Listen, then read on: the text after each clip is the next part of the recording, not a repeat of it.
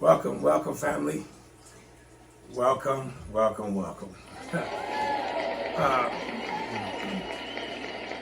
My name is Grateful. And I'm Sweet Face. And this is Our House.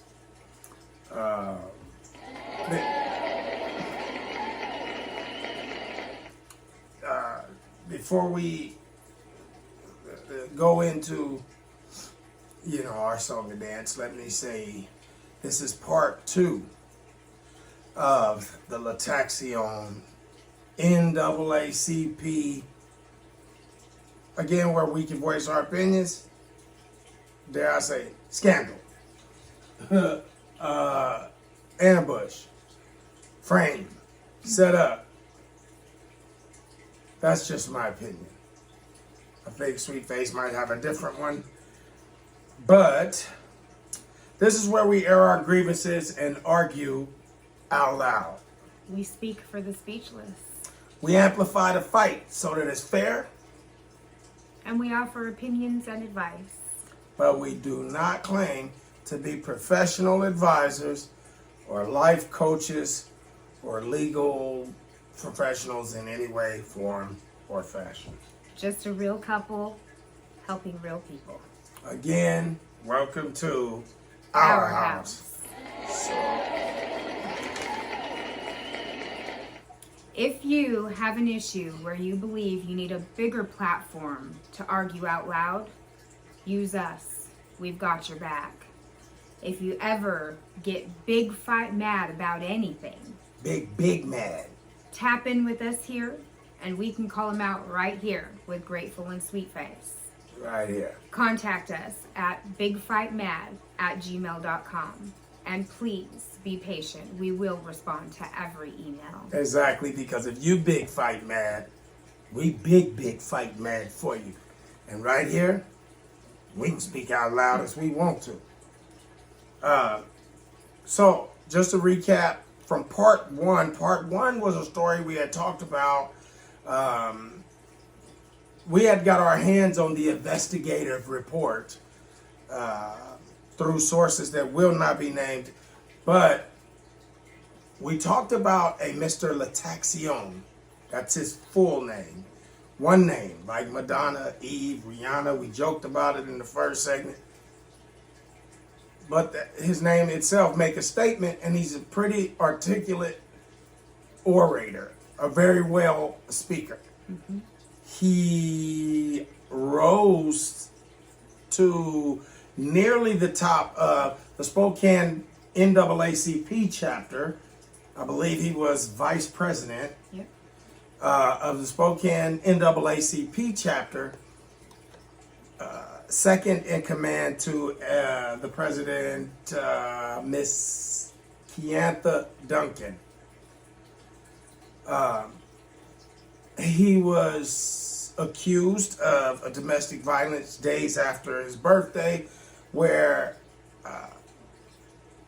I believe the president of the NAACP chapter had called and filed a criminal complaint that stated Mr. Lataxion was domestically violent with another party that attended with him also. And so you might want to look for tape 1, NAACP, scandal or truth. This is part 2, the findings. Let's get into it. All right. So according to Cornerstone Investigations investigative report, under the findings section, during my review of initial records pertaining to the charges against Mr. Lataxion, it is overly concerning the method in which the information pertaining to the accused statements and other evidence was gathered. My first concern is the outcry statement made to Captain Meidel and the captain's managing of the disclosure to a crime that had allegedly been committed, being made to a captain within the police force, and a captain of investigation for that matter. Once the disclosure of a crime is being made to a sworn officer of the law, the officer becomes duty-bound by their oath to the law to function as an agent of the law. Or so you would think. Absolutely. This would mean that Captain Meidel capacity of behavior as private or general citizen no longer applies. Captain Meidel was duty-bound to receive the information related to the crime as an officer of the law. An investigation into the course of events should have started with her. She should have never passed that buck off to the crime center. I agree. This did not occur. Instead, Captain Meidel was given details of course of events related to the alleged assault. Once given the outcry statements by both Keantha Duncan and Natalia Gutierrez, as it is reported within the filed sheriff's reports, that Captain Meidel was present when the accused reported the alleged assault to Crime Check, when the crime was already being reported to Captain Meidel herself by both Spokane NAACP President and the accused, Natalia Gutierrez. These actions by Captain Meidel, in my professional opinion, now this is the investigative reporter, their opinion, are failures in the policies and procedures that must be followed by an officer of the law when a crime is being disclosed and reported to them. Okay, so do you remember in part one where I said, I believe they're both there. There's two people. And you said, no, I don't think so. So now it's showing again that there's two people. They're both there. But I think that as the captain, I think what he decided to do was allow the officer that's with him to do the written complaint. This officer wasn't there. This captain sent the other officer out. Okay. This captain got the information via phone, I'm assuming. They were not there. Okay, well, I could be misunderstanding wrong, but if any of you decide to check public record and get your hands on this, we'd like to hear some emails because, I mean, you can never win an argument with the wife, so you just let her win, right? Anyways, what it sounds like here is, and I just, anytime I see something that I think is a little sketchy, my father, rest his soul, had told me a long time ago, the truth always makes sense. And when it doesn't make sense, it's a strong possibility that it lacks truth. So a lot of this doesn't make sense to me. I've never heard of a cop tell an accuser or complainant to call the cops. When the cop is here, you got the top cop, you got the captain. So either this captain isn't prepared for this. Not only are you the captain, but you're the captain of investigation. So it seems that this captain just wasn't prepared. Yep, and that's exactly what this private investigator has gotten into and continues to go into with these findings. All right. So if we'll continue, there's more red flags here that this investigator is going to point out. Okay. So the course of events clearly raises red flags, as you've been saying. Yeah. As Captain Meidel failed to perform her duties as an officer of the law. Captain Meidel, being the captain of investigation, could have easily guided the alleged victim or the accuser on what to say and how to report the alleged assault to ensure the alleged assault details are deemed credible at its point of second disclosure and report, as initial disclosure of the alleged crime was made to Captain Meidel. This is far and outside of the policies and procedures the investigator in other criminal manners when alleged crimes are being disclosed to officers of the law. They have never heard of an officer being disclosed a crime into which the officer responds with basically a call a crime center. Whether an individual is known or not to the law enforcement agent, once that officer is disclosed a crime, they must without delay conduct themselves as an agent of the law and not a general citizen. So it seems to me that the captain knew that, one, you were too close to this thing and not dealing with it personally. Begs the question, does the President Keonta Duncan and Captain Midel know each other outside of this one incident, right? That is a question I'd like to know. Do they know each other? Because what I keep coming back to is, well, first of all, let me state sketchy. Number two, sketchy. I'll say that. Sketchy. Number two, I say sketchy because you never have a cop tell you to call a crime center and report a crime when the cop's there.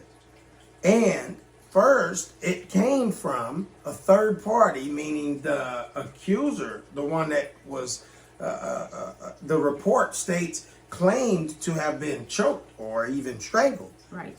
That person, days later, had not made a complaint. Right. So how serious was this issue, if there was even an issue at all? Exactly. So a third party makes the complaint days later. Should we even be wondering or questioning motive? What does the president want? Why would the president of the NAACP want to go behind the back of your vice president of the NAACP and make a report that even the complainant now had not made herself? Oh, Absolutely. that's crazy. We could get into it. More scandal coming your way. Ready for this one? Sketchy number three. Sketchy number three. Whoa, let's get into it. Captain Midel came under public criticism by a retired officer for her qualifications of her promotion when Inlander, an online news site, published a report titled "Email from Retired Spokane Cop Details Problematic Promotions, Rift Among Top Brass." Let's run that title back one more time, just for our followers that might be, our subscribers that be with us, our family, that can help us figure this out. Who's wrong? Do we watch a man go and spend the rest of his life in prison? Is this a political attack to slow somebody down or put them completely out of the running for your seat in the NAACP? I mean, there's so many different ways we could go with that, and not saying that we have any fact, but sketchy number three, I mean, it begs the question to look into. So if you want to look this up, again, the report is on an online news site called Inlander, INLANDER, and the name of this report is "Email from Retired Spokane Cop Details Problematic Promotions, Rift Among Top Brass." There you can read the full report. And it's posted by Mitch Rylis. This was posted Wednesday, July 13th, 2016 at 4:42 p.m. And Mitch Rylis is spelled M-I-T-C-H, last name Rylis, R-Y-L-A-S, for those that might want to look him up. And within this article that Mitch Rylis had written, it stated that Captain Midel promotion and rank within the police force was not earned. Apparently, Whoa. there were also former police officers that agreed that Captain Midel qualifications and actions fall short of her promoted position to captain. Whoa. Right? Like that. I had to do that. If your own people is there, you don't deserve to be there. And what they're insinuating is you accelerated toward his promotion by ill means, or a favorite. So I won't go into reading the whole report. If you guys are interested in looking it up, you can look it up. But it basically goes into, it was Law Enforcement Director Jim McDevitt. He was on his way out the door. He was leaving his position, retiring. His last day was June 30. Yep. And he gave several promotions to top rungs in the department that people are questioning whether or not these people actually earned these promotions. So you can read all about that in that Inlander article. They're suggesting he hooked his buddies up on the way out, and that means that they superseded those who feel they were entitled to. So that created sketchy number 3. Sketchy. So now, sketchy. So the investigator continues on with their findings to say that their second concerns with the records to the charges made against Mr. Lataxian is that they are inconsistent.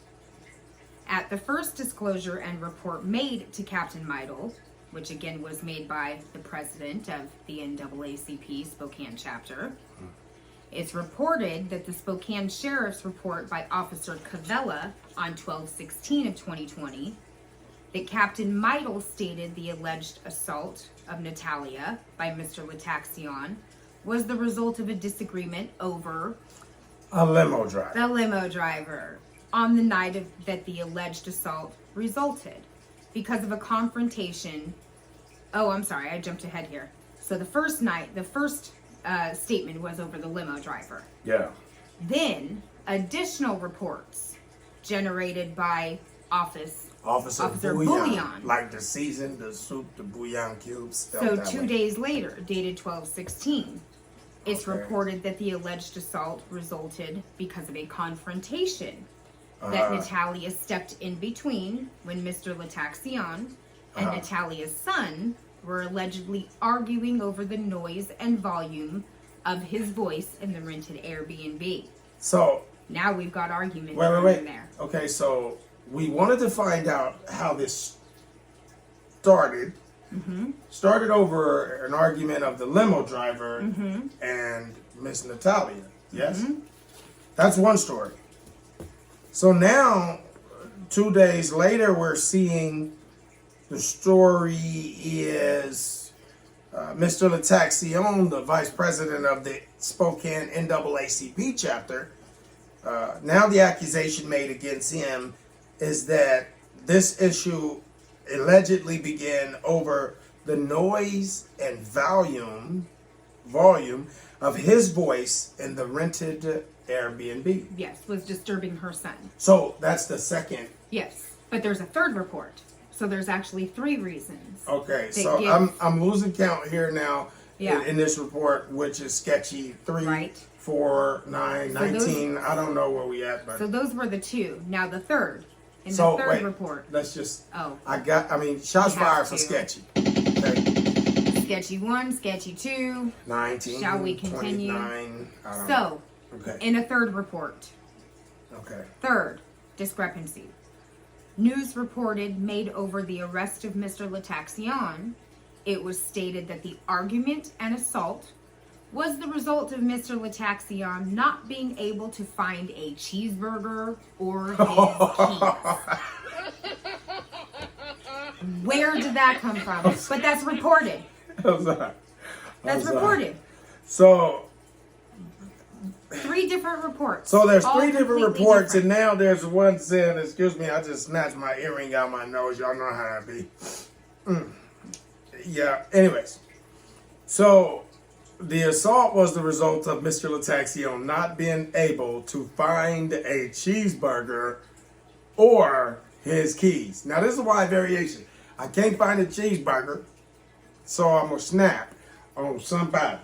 Oh, and I have one more thing to make this even better for you. Okay, and then you can go on. Okay, okay. Because this is just the cherry on top of all 3 of these. Oh, you ready for this one? Okay. All statements made by all 3 of Mr. Lataxian's eyewitnesses on the night in question do not variate and line up with each other when reviewed independently. Wow. So the accuser offers 3 different stories on how and why the alleged assault had occurred. But Mr. Lataxian's 3 witnesses, their stories all align. Even though they were separated and interviewed independently, their stories align. And what I find just unfair, and this is why the story made it to our desk, because I just find it unfair that if there are witnesses, you have 2 people, two people and an allegation has been made against both people.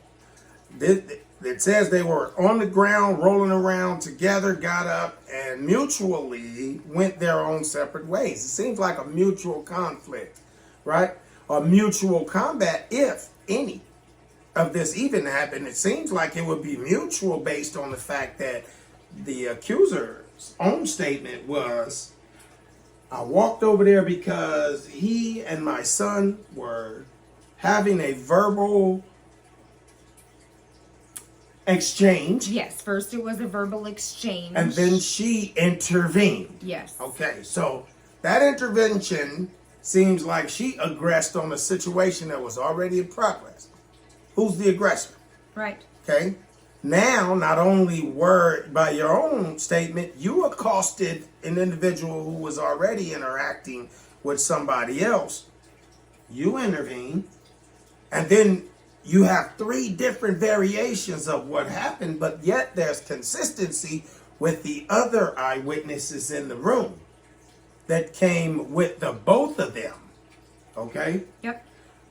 From the airport to celebrate Mr. Lataxion, the Vice President of the NAACP's birthday. Yep.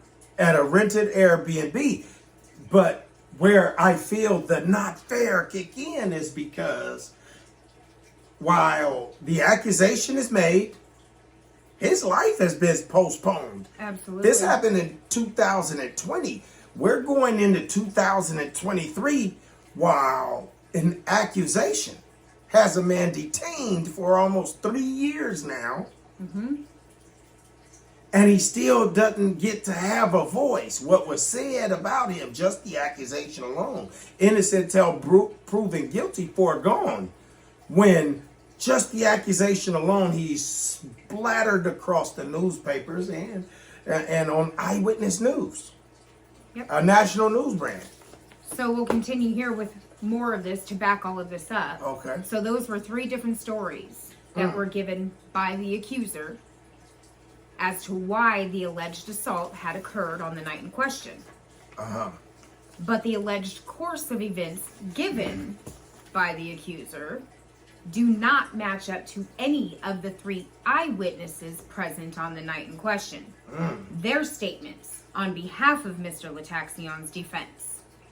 All three witnesses that were there throughout the course of the events of the night in question, their questions match up with one another in their statements. Yeah, I did see As to that. what occurred in the night, and their individual statements, all three placed Natalia Gutierrez as the aggressor.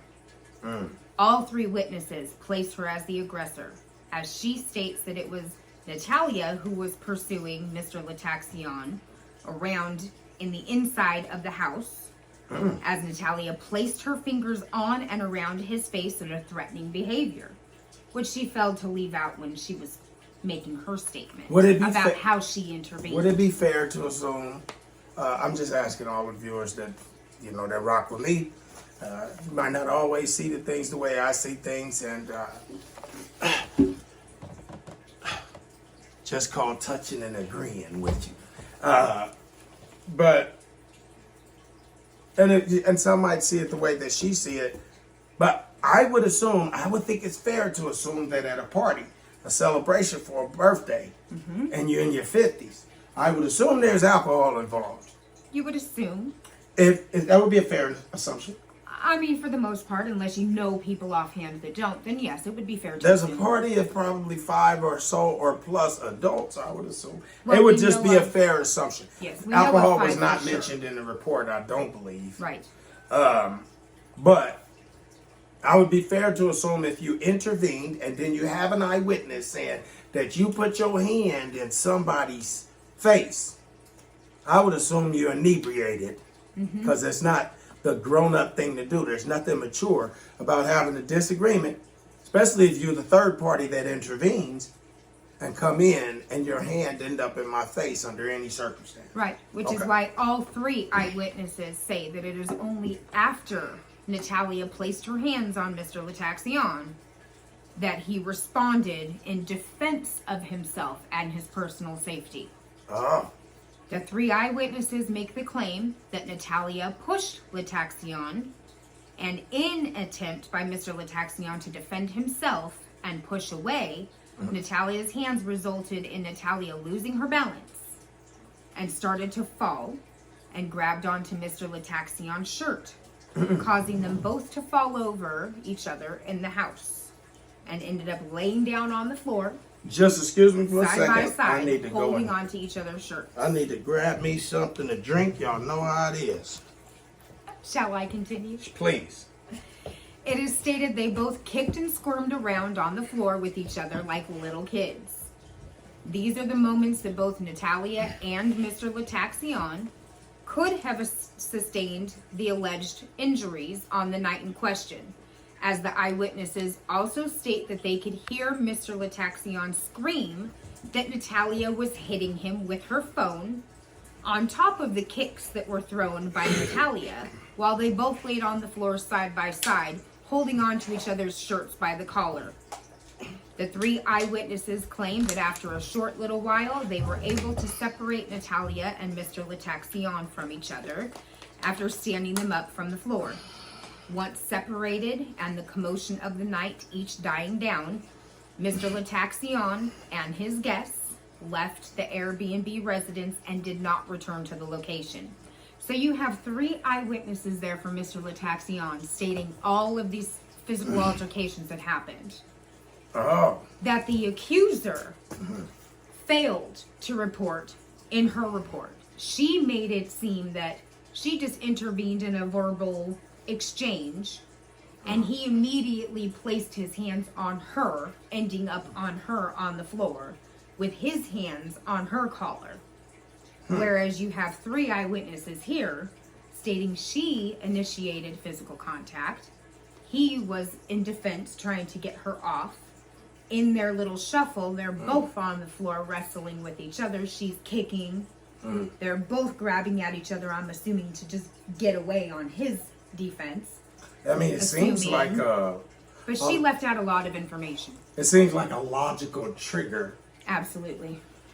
to go from verbal exchange to a physical confrontation if somebody intervenes aggressively. Absolutely. So let's just use common sense here, because like I said, here there's both sides of a story and then there's the truth. And the truth lies in somewhere in between both allegations, and that's why we are, the center of attention is Mr. Lataxion's voice, because he couldn't make a statement and then the paper blasted in his favor. It wouldn't sell papers. That's not how you get ratings. But here, we don't care about ratings. This is just where we get the truth. Right? That's all we care about. It's the truth. Yeah. All right. So, to continue on here with the investigator's findings, this course of events described was deemed what had occurred on 12/14/2022 by the Department of Corrections Appeals Panel Decision Board, as Mr. Lataxian is out on a commuted life sentence, and a charge of assault may be deemed to violate his commuted sentence, in which he could be sent back to prison to finish serving the rest of his sentence if found guilty of the charge. Mr. Lataxian, since being released from prison, has been a model citizen, as he has served his community in an effort to teach younger generations the traps and falls of gang culture. Mr. Lataxian served as Vice President of the NAACP chapter in Spokane before his arrest on this charge. I do not believe, and this is the investigator does not believe this to be an individual that would have reverted to the very nature he had fought so hard to help others avoid once he was released from prison. I mean, that's a mouthful. What he's saying is, this is a man who clawed his way from a determinate life sentence. Yep. This man was struck out. He'd been down in prison 19 years. This is a man that had district attorneys, even the district attorney in the county that he was convicted in, rallying for his release. Because from within his confinement, he had orchestrated a nonprofit that was doing really well out in the community while he had no indication that he would ever see the streets again. Now, this doesn't sound to me like a person that had not even been out of prison probably 3-4 years before he rose to vice president in the NAACP Spokane chapter. And this is a felon who would struck out and would probably never see the streets again. Right. He made a turnaround. It was clear that he was. He even had celebrity sports basketball player donate, I believe in the first year he had been released from prison, $1 million to his nonprofit organization to stem gangs and crime in his community. So you would think somebody in his position would avoid situations like this at all costs. And this is why I feel that a person that come from so far and with so much to lose ought to be careful about who they surround themselves with, because envy is real. Economic times are tough, and people are clawing eyes out in some fields just to make sure they can keep food on their own table and get people out of the way. But now we're talking about a man that could actually lose his entire life for an accusation of grabbing a shirt that our system sees no problem in stretching into a strangulation in an effort to put away someone that they believed that they had already rid us of forever. All right, so just 2.5 months later, on February 24th, 2021, the Department of Correction Appeals Panel Decision Board agreed with Mr. Lataxian that an assault against the accuser did not meet the requirements of RCW 9A.36.021, assault to law violation. The DOC Appeals Panel Decision Board stated, the 3 eyewitnesses you called provided direct, first-hand testimony, which described an altercation between yourself and Ms. Gutierrez, in which you were not the aggressor, and which would not amount to the alleged RCW 9A.36.021 assault to law violation. The testimony provided a feasible explanation for the bruising observed on Ms. Gutierrez by the law enforcement officer. The appeals panel accepts the testimony as it was provided under oath, and the evidence and testimony provided by the state does not meet the preponderance of evidence standard. Therefore, the appeals panel reverses this finding to not guilty. And this was the DOC Appeals Panel Decision Board. So, this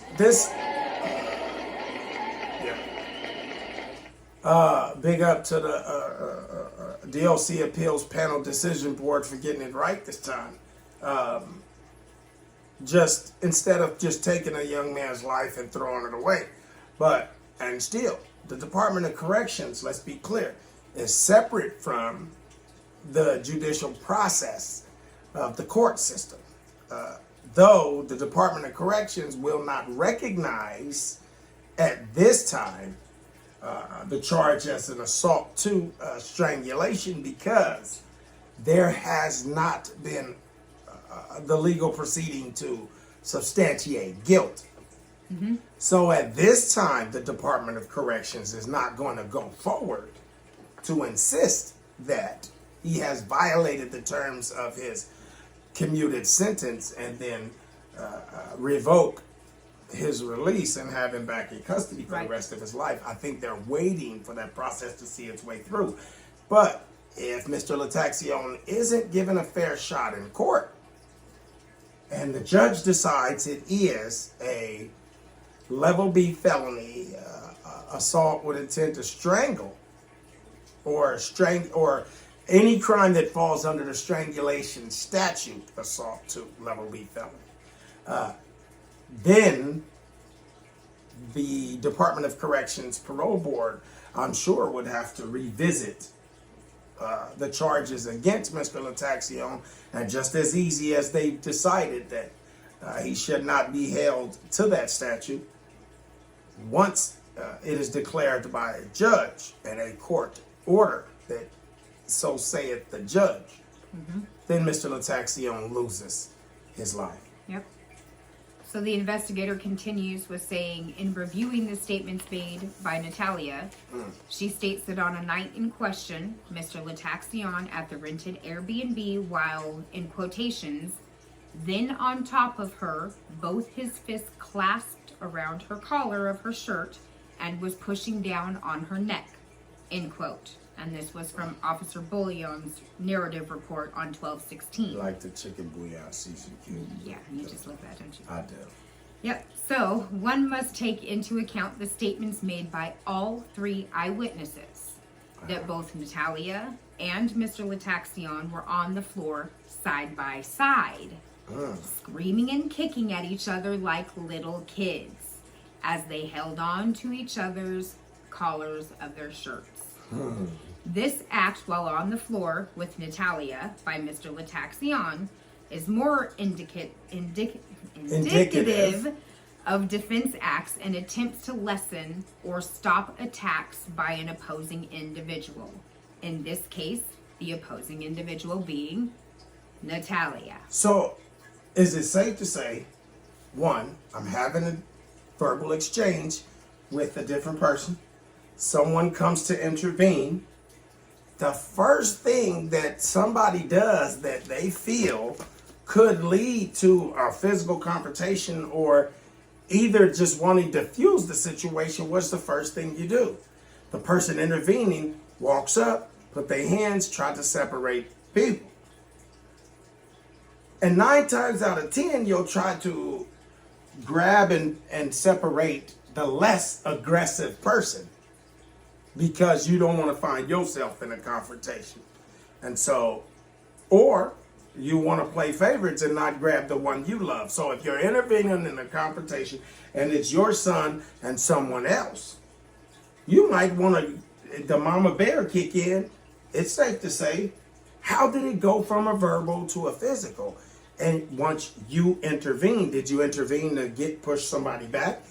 Because the statement of the witness that has the credible footing here, because of the Department of Corrections, three witnesses. All three witnesses. I can go back and read the it to you Department again. of Corrections backed them and believed their statement that says they both were like this. So no, we can go all the way back even further. all that she initiated was the aggressor Hold by on. putting her hand in his face. All three witnesses state or place Natalia as the aggressor.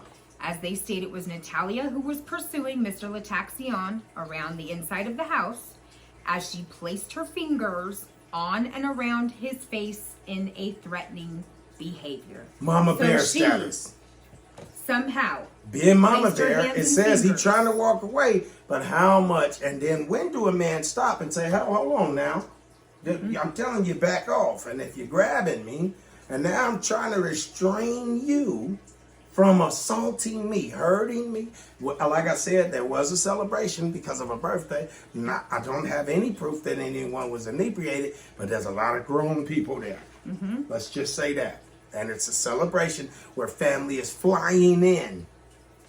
Okay? Yep. And he's a very important person. Yep. So it's a celebration. Let's just say so.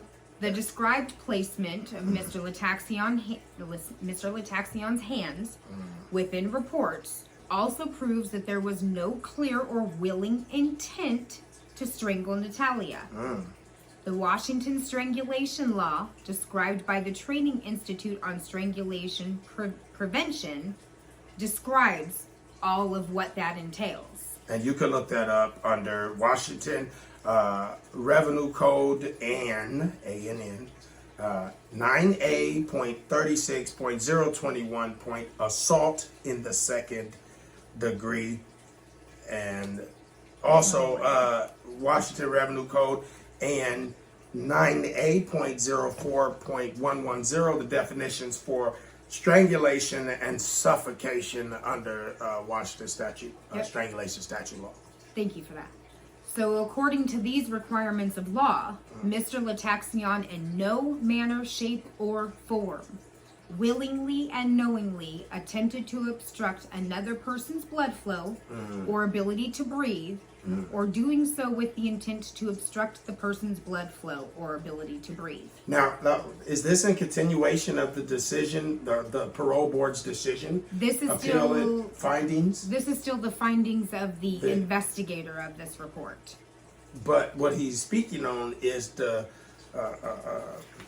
disposition of the appeal board right now? This is beyond. We're past that. Okay, all right. Just wanted to be clear.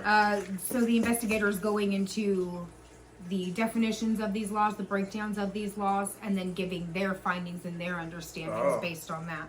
Okay. So then it proceeds to show images of strangling or different ways that somebody could be gripping I almost share it with you. the collar of the shirt. Please do, and I'll continue on while you're doing What that. I'm covering right now is some legal doc. But this is the image that they show. I just dropped my mic. This is the image they're showing of a collar being grabbed, right? And ways that people grab collar. This is her accusation. And this is the accusation of the witnesses, the statements of the witnesses that they were grabbing each other's collar. Should this fall under the Washington strangulation statute? And as this is explaining, it's showing those to be defensive positions rather than a position to strangle an individual. It's saying that these are defensive positions. So in searching Natalia Gutierrez's background, the investigator discovered she has 11 previous court case files in her name, all ranging the legal gamut from district court to superior court, all in the state of Washington, dating back from 2003 to most recently in 2019. Oh, so she do her own dirt. The more serious of the crimes filed against Natalia were theft charges 2 different times, once in December 2007 and then again in July 2008. Theft being a crime of dishonesty. Natalia also has a reckless endangerment charge filed against her in May 2009, a DUI in November of 2009, and a couple other charges of DWLS third degree, October 2007 and February 2013. I believe that DWLS is driving while your license is suspended. I believe so as well. So now remember I said these are grown folks at a celebration. It says here she had a DUI in 2009. It's safe to say that she probably be inebriated from time to time, and when you are, and you in Mama Bear mode, it's safe to say you could be the aggressor. I mean, that's what 3 other witnesses said. Yet, Mr. Lataxian still, 3 years later, in jail fighting for his life. Yep. That's So, unfortunate. in these charges filed for dishonesty against Natalia Gutierrez and her inconsistencies within her reported statements, cross-referenced with the 3 present eyewitnesses on the night in question, tremendously weakens her claim that Mr. Lataxian was the aggressor of the night. The investigator also has to believe that the accuser, Natalia, placed her son in a situation she knew would prove difficult for him to manage. You say your child has Autism. High functioning So, autism. for and those does that not don't know, like high loud functioning noises. is you wouldn't even know this person 9 times out of the 10. You wouldn't even know that they have autism, right? They're high functioning. They usually have small triggers. Yeah, and it could just be like Noise. something's too loud, or the lights is tripping, or it could be like how I used to be, OCD. I just need things in a particular order. So you're at a party, lots of loud noise. Yeah. People get And little as a mother, crazy. you know what'd be cool for your young and what ain't. Yep. So she already knew it was going to be a difficult situation, or should have known it would be a difficult situation for him to manage. She already knew when in a celebration, such as a birthday celebration, there's going to be loud noises by both people and the atmosphere in general itself. This causing a situation her son would only be able to manage for a brief period of time. The investigator knows firsthand how hard the situation can be to have a child with autism not be triggered by the stimulation of the environment that's surrounding them, as they too have a family member who has autism. The investigator? The investigator. Okay. An event such as a birthday party is not an event that the investigator's family member has been able to endure for long periods of time because of the noises in the environment at the point in time. Yeah. No confrontation between Natalia's son and Mr. Lataxian were mentioned by any 3 of the eyewitnesses present on the night in question when the alleged assault was said to have occurred. Wow. Neither was the presence of a dog mentioned in any statements given by Mr. Lataxian's witness. Where did a dog come from? A dog. This is the I'm first a little time I heard confused of of a that. dog. Maybe it's going to pop up later. Oh.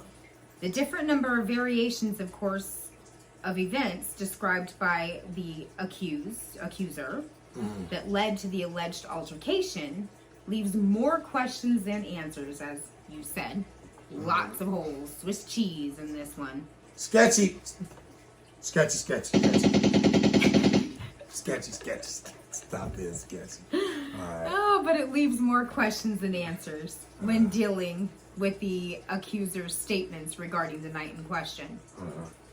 The photos submitted into evidence pertaining to this case against Mr. Lataxian are definitely out of the policies and procedures guidelines that must be followed in normal criminal investigations by law enforcement agents, as the accuser was allowed to submit the photos to law enforcement agents instead of the law enforcement agents taking their own certified case photos. Wow. So they didn't even take the photos of her. She submitted her own photos. So how do we even know that these photos were of the actual How do we event? know that these are bruises that was actually on her body? How do we know it's even her body? I mean, for all we know, maybe her face was in the pictures, but But how there do we is know they were still, told? how do we know they're real bruises? If you take a picture, how do we know it was in makeup? Too many Right? questions. Too many. Too many questions. Let's Chain see of where we custody? Anybody? at. Right. Okay. The photos allowed to be self-submitted by the accuser in this case are complex, to say the least. One cannot tell at some point what exact body location one is looking at. So here we go again, no proof then. Yeah. You cannot even tell what location on the body you are looking at, much less who the alleged victim in the picture actually is. This smells like a railroad. Meaning at no point in any picture can one see who the individual is to be the alleged victim. So not one picture actually showed her face with the alleged bruises, scratches, And now whatever these they are all may be. women involved, so I mean, I just wonder, do they know each other? You got Captain Mito, the female, who takes the statement, allegedly takes a statement from the president, Keantha Duncan, who has a vice president that's climbing the ranks, came from a life sentence to rising in his political climate and power. And then you have another female who seems that this accusation, this person was pulled into adding credibility to it days later because the initial complaint was made by the president of the NAACP, Mrs. Keantha Duncan. So the photos submitted into evidence used as probable cause by law enforcement agents are not measured for length and width of injuries that may or may not have occurred, as law enforcement agents did when photos of Mr. Lataxian were taken for his injuries suffered in the altercation with the accuser. Exact bruising locations on the accuser are hard to determine, as the pictures submitted into evidence are from different angles, more characterized with, in quotations, selfies, pictures taken rather than official law enforcement criminal investigative pictures taken when collecting evidence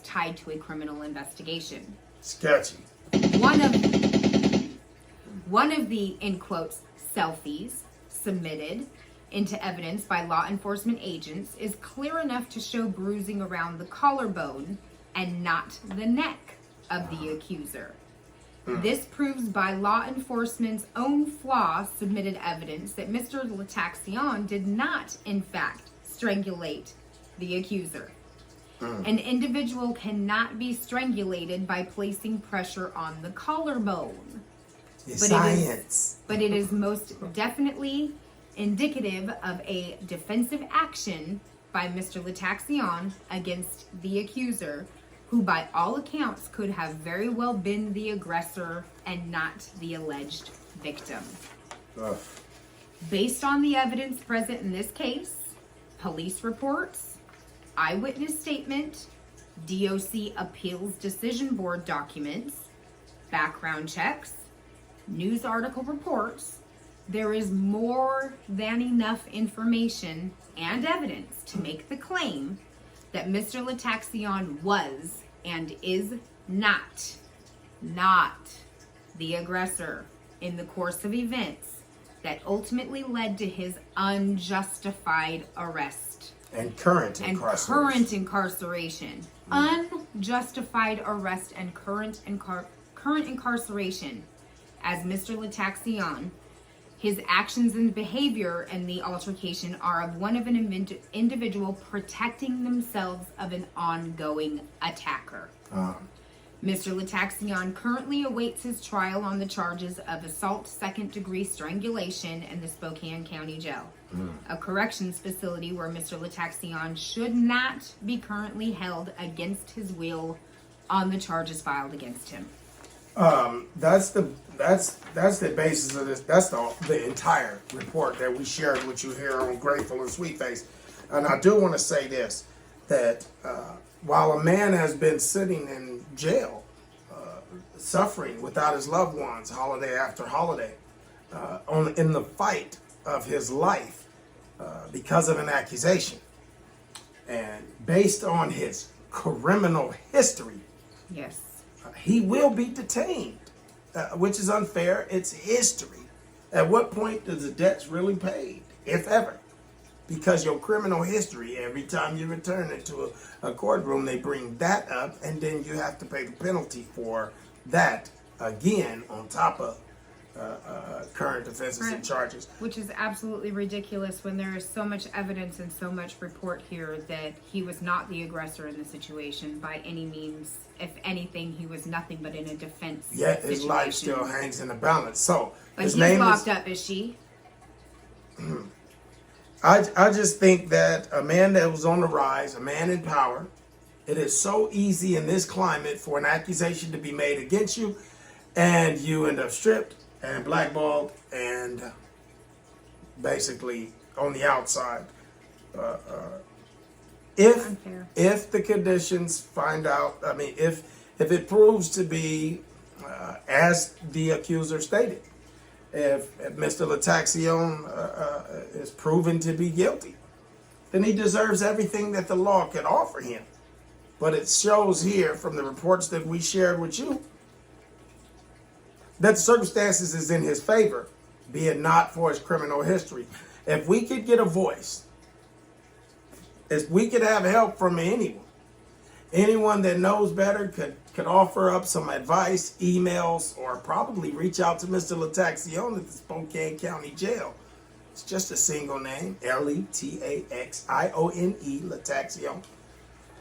Vice President, former Vice President of the Spokane chapter of the NAACP, then reach out to him. We'll take your emails here at bigfightmad@gmail.com. Thanks for tuning in to Grateful and Sweet Face House. I am grateful. And I'm Sweet Face. And hit like or subscribe. Y'all abreast of the whole situation. But we are open to be used as a podium, a platform, and a megaphone for anybody that has real issues to address. Reach out to us. Be patient. We will get back to you. So until next time, create better days for yourself and stay blessed. And thank you for joining us in our house. Our house.